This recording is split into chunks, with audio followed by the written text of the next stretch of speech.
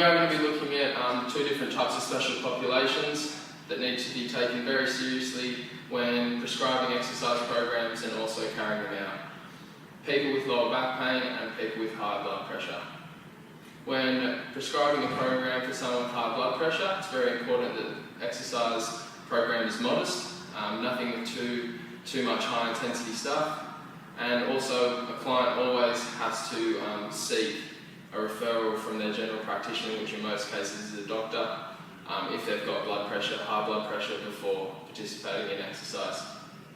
There's a few things that I avoid completely when training someone with high blood pressure.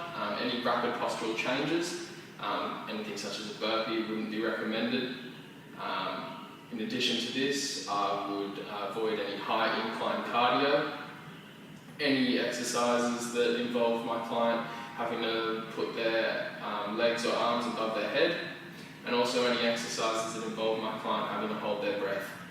Not that any exercise should ever be completed with one holding their breath, but we all know that in some exercises one may feel very inclined to do so. An alternation for someone with high blood pressure could be seen in a push-up.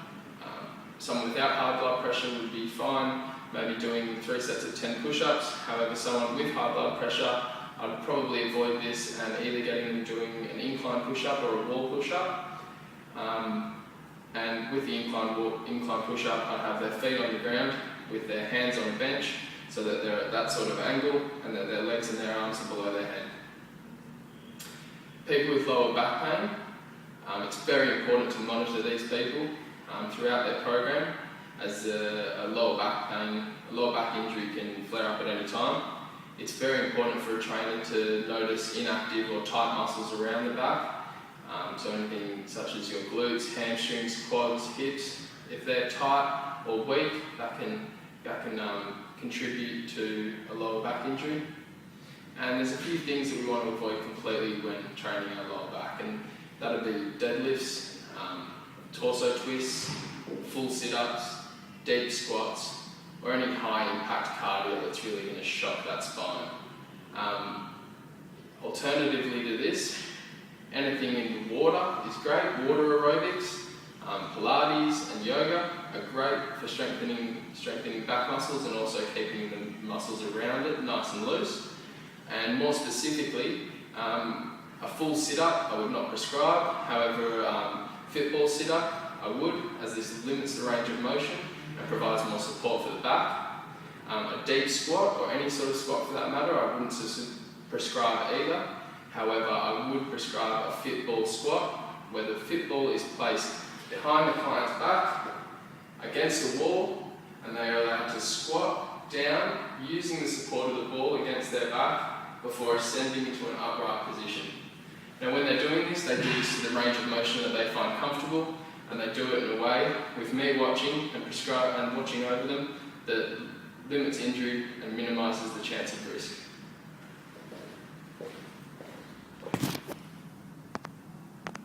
If I was doing any exercises for someone with a shoulder injury, this special population would possess many of its own limitations. For instance, when we were doing boxing, I probably wouldn't do that in a workout for someone with a shoulder injury, as there's a lot of movement through the shoulder joint. I'd probably swap this for something such as circuit training that didn't particularly load the upper body, or just something such as a run, interval running, or cycling, even for that matter.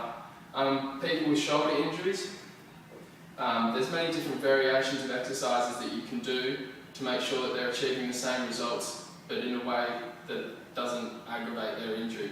So a way that we could do this is, instead of doing a push-up on the ground, if I could just ask you to step away for a second, Karen. Instead of doing a push-up like this on the ground, which may aggravate their shoulder, a good way of compensating for this is doing a wall push-up. This doesn't allow for as high resistance, and it also allows for progression. Starting off like this, maybe in 6 weeks' time their shoulder injury may have been rehabilitated, and we can move on to the push-up, or maybe even an incline push-up. So when we're doing the wall push-up, we want to have our hands just in front of our chest and just a bit further wide than them, and we really just want to lower into it, feeling the contraction through the chest, like so. It's a great exercise for older populations as well, as a push-up can often be quite strenuous. That's how we complete them. When we're doing it, because they have a shoulder injury, we always want to be monitoring their safety, making sure that they're not completing it in an uncomfortable circumstance and making sure that there's no hazards around them that could potentially contribute to them tripping over and hurting it even further. Yeah. We would also want to avoid exercises such as the lat pull down or anything such as a shoulder handstand, anything that involves shrugging of the shoulders, so shrugs would be out of the question completely. But things such as the bent over row could be completed. We just really want to be avoiding major movement of the shoulder.